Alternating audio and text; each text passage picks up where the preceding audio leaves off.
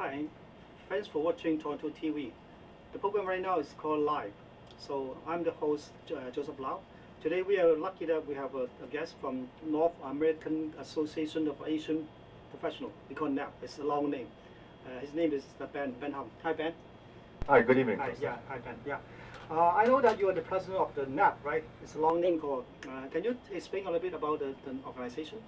Sure, I'll be happy to, Joseph.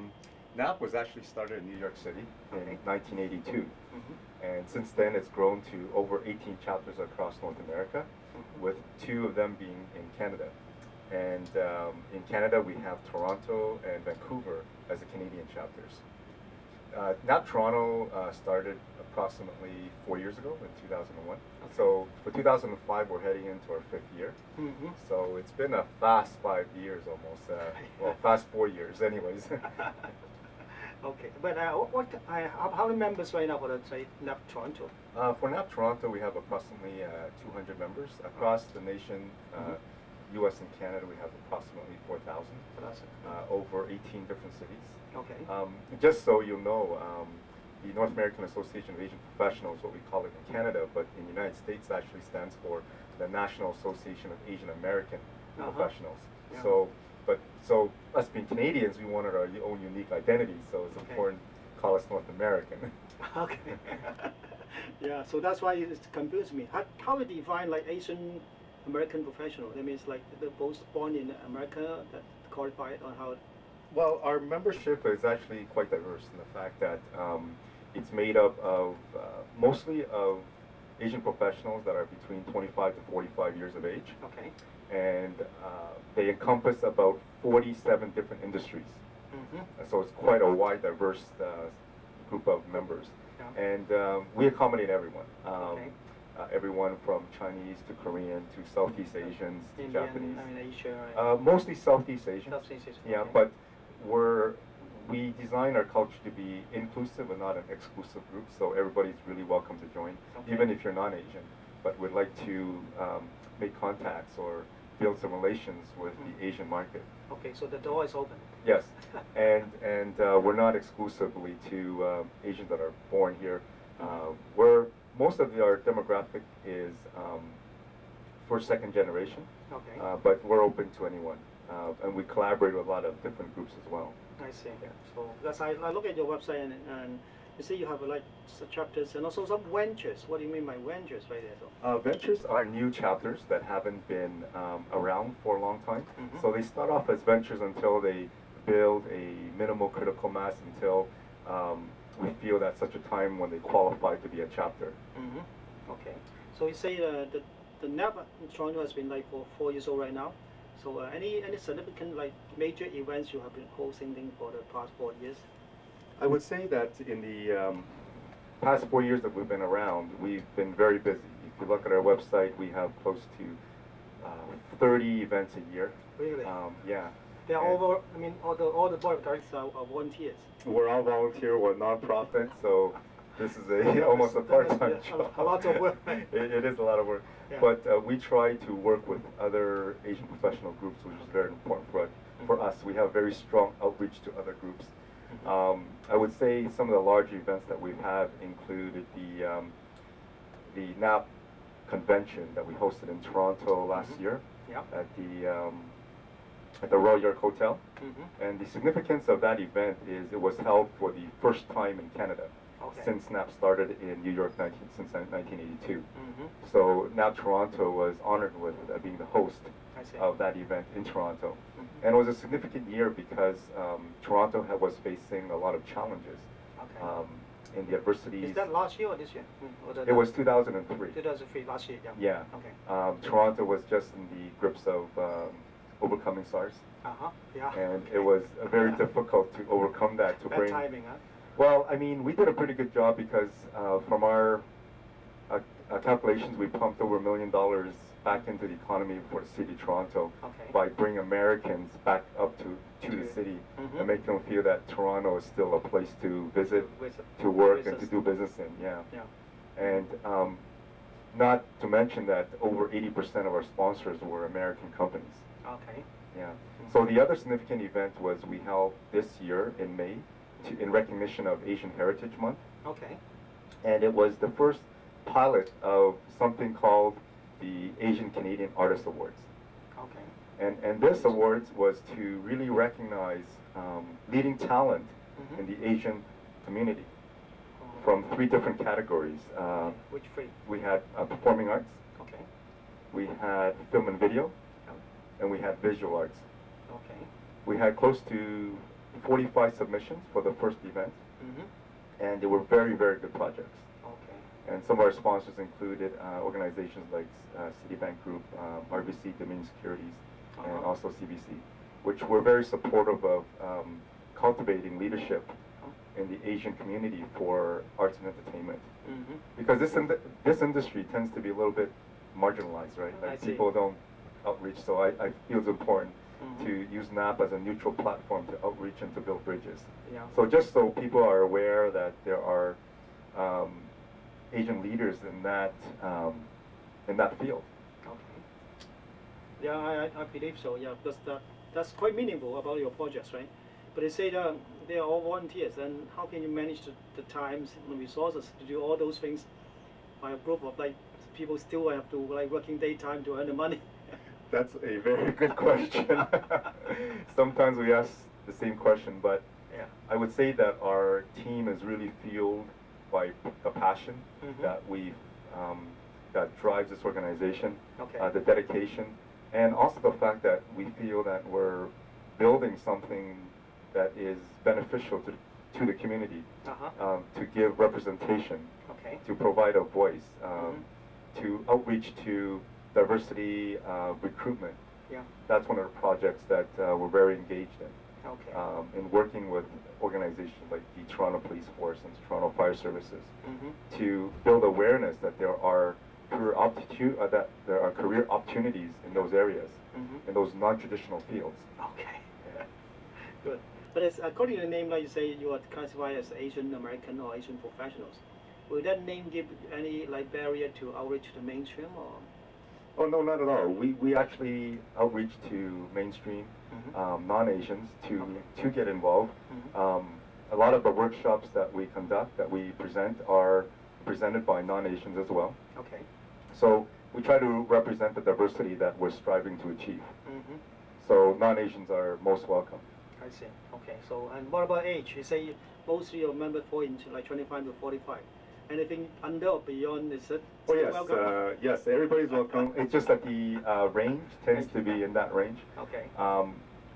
We welcome students who are new graduates who are just trying to get into the workforce, and they need to identify with organization of peers. Then we like to be there for them. Okay. We have different programs that could help them, such as the launch of our mentorship program, which is really designed to match accomplished business professionals with the younger generation to help them gain some insight into different industries. Okay. So, but you say that last year NAP Toronto hosted an annual convention. What about this year? This year the convention will you have an annual convention across America, or? Yes, this annual convention is actually circulated throughout North America. Okay. The year before that we hosted was in Boston. So then NAP Toronto was the host. Okay. And then this year was in San Francisco. So next year, which is around the corner, it's going to be in the city of Chicago. Okay. Yeah. So, that's good. Yeah. Then you have every year you get a chance to like meet different like people, members from different cities, right? Absolutely. Yeah. I mean, this is the uniqueness of NAP. Yeah. Much that the city does not revolve around Toronto, like as much as we like to think it is. But we like to act as a vehicle because your membership is recognized throughout all the chapters in North America. Okay. So as long as you travel, if you travel a lot, then you can join the activities in different cities. Absolutely. Yeah. Good. Yeah. So And then one thing, how much is the membership? Membership fee? The membership fee is a measly $75 a year. Okay. 75 Canadian. That's in Canadian dollars. That's right. Okay. And then what do they get? They get newsletters on? Yep, they get newsletters, they get exclusive access to events, they also get free access to some of our events. Okay. They get a membership that is recognized throughout North America. Yeah.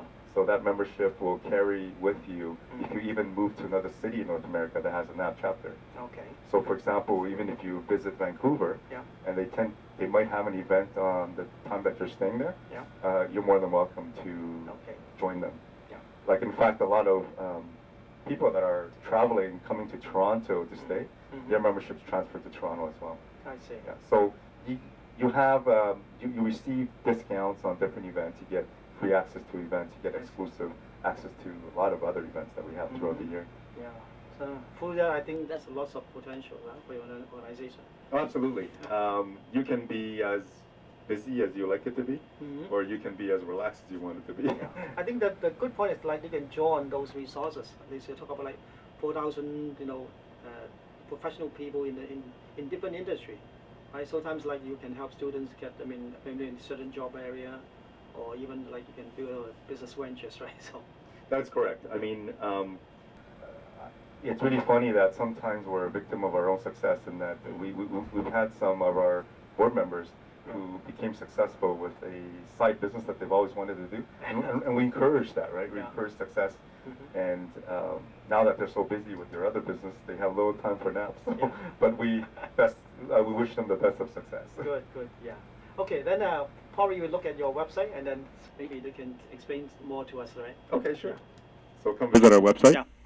The website address is www.naptoronto.org. And we have a member area that's being built up right now. And this is actually part of a national back office that all our members and non-members can visit.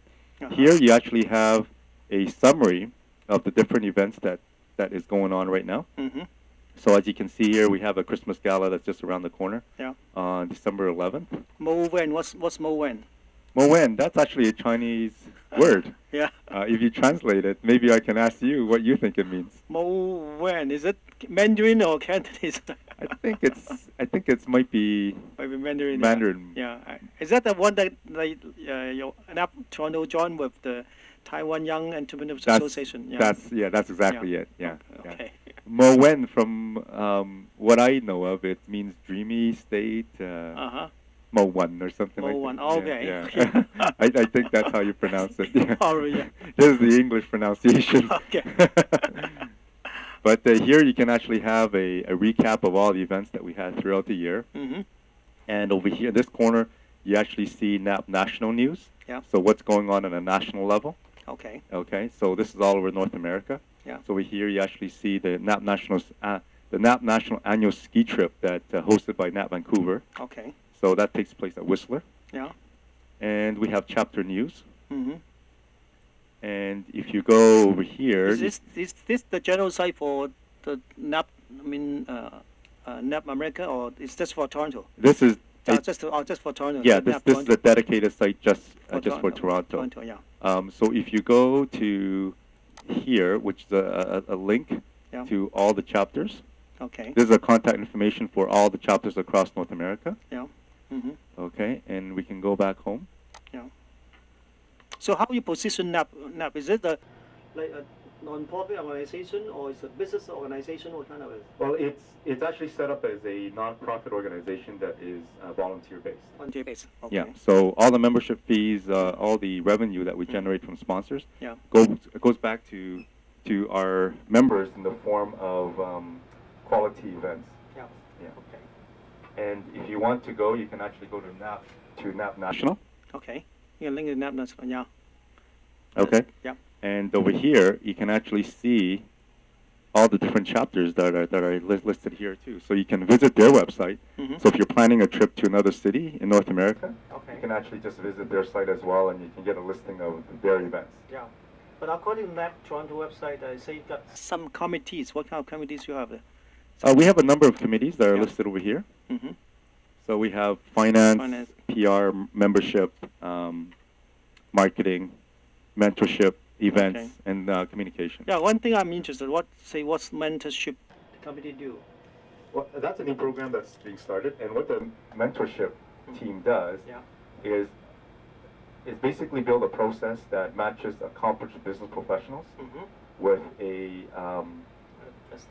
mentee. Mentee, okay. Yeah, with a mentee. Yeah. With apprentice, whatever you want to call it, yeah. And what we try to do is really to build a good pool of mentors. So it gives the mentee access to a wide variety of exposure or choices to different types of industries. Okay. So at the present moment, we have a call to build our mentorship database from interested candidates who would like to volunteer their expertise and their time to give something back to the younger generation. Okay. So, and also we're looking to interested young generation people to apply to be a mentee as well. Good. So it's quite quite meaningful, right? And also some new idea, right? We look at many different business associations. We just talk about networking, you know, making friends. But here, I see some kind of concrete idea. Yes. Yes, we try to get ideas and put it into reality. Yeah, it's actually lots of fun because we've had a chance to meet so many different people in the industry. Yeah. Are you the founding member of the NAP Toronto? Or? Yes, I'm one of the founding team members. Also yes. founding president, is that right? Yes, that's right. Good. That's why I see that you spend a lot of your time, plus time to working on it. Yeah. Any planning for the next year? Any like 2005? Any for the NAP Toronto? Any event? Yes, NAP Toronto. We have lots of events being planned for 2005.